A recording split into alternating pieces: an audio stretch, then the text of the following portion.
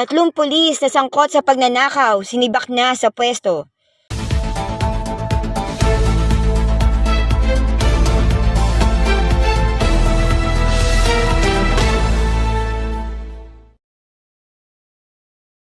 Bago tayo magpatuloy, huwag kalimutan mag-follow, mag-like, at i-share iyong aming Facebook page.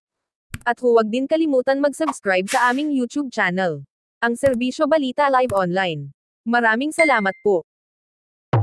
Sibak sa pwesto at nahaharap sa mga kasong administratibo at kriminal ang tatlong pulis sa Cavite matapos na masangkot sa grupong pumasok at nanguha ng mga gamit at mga pera na nagkakahalaga ng milyones kamakailan sa dalawang bahay sa may barangay Magdalo, Potol, Kawit, Cavite. Sa isinagawang preskon, sinabi ng Hepe Calabarzon Police na si Regional Director 4A, Police Brigadier General Paul Kenneth Lucas, na persahan na pumasok ang mga suspect sa Grand Centennial Homes, Barangay Magdalo, Potol noong Pebrero 13 taong kasalukuyan na sakay ng isang puting van at saka tinutukan ng baril at ginapos ang mga biktima at nilimas ang mga personal na gamit tulad ng mga cellphone, baril, dokumento at mga pera. Saka naman napaalam sa mga kapulisan ang pangyayari sa mga biktima na makaalis na ang mga suspect at natunton ng mga kapulisan ang kanilang mga kabaro na sangkot sa robbery. Naarni pa rin po ng Serbisyo Balita.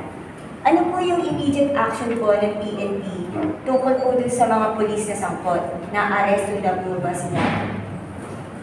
Well, nung lumabas yung pangalan nitong tatlo, I ordered that these three PNP personnel be relieved from the respective position and be assigned sa provincial holding unit. Already identified the perpetrators of the robbery in van that transpired in Kawit, Cavite. Siyam ang mga sangkot sa pagnanakaw, kasama umano ang tatlong pulis na kasalukuyang naka-duty pa. Kinilala ang mga sangkot na pulis na si Police Senior Master Sergeant John Melona, naka-assign sa Provincial Intelligence Unit sa Cavite, Police Senior Master Sergeant Reynaldo Kilit Jr. na naka-assign sa Provincial Intelligence Unit sa Cavite, at Police Corporal Leonard Pareha na naka-assign naman sa Drug Enforcement Unit sa Laguna.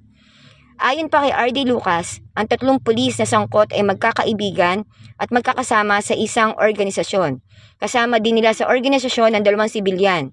Kaya nang malaman sa investigasyon ang pagkakasangkot ng mga pulis na ito, ay agad naman na pinasibak sa mga pwesto at sila ay kasalukuyang nasa holding area sa Camp Vicente Lim. Idinagdag pa ni R.D. Lucas na hindi niya tinotolerate ang mga ganitong gawain ng mga kapulisan at kapag napatunayan sa korte ang mga katiwalian ay mananagot sila sa batas.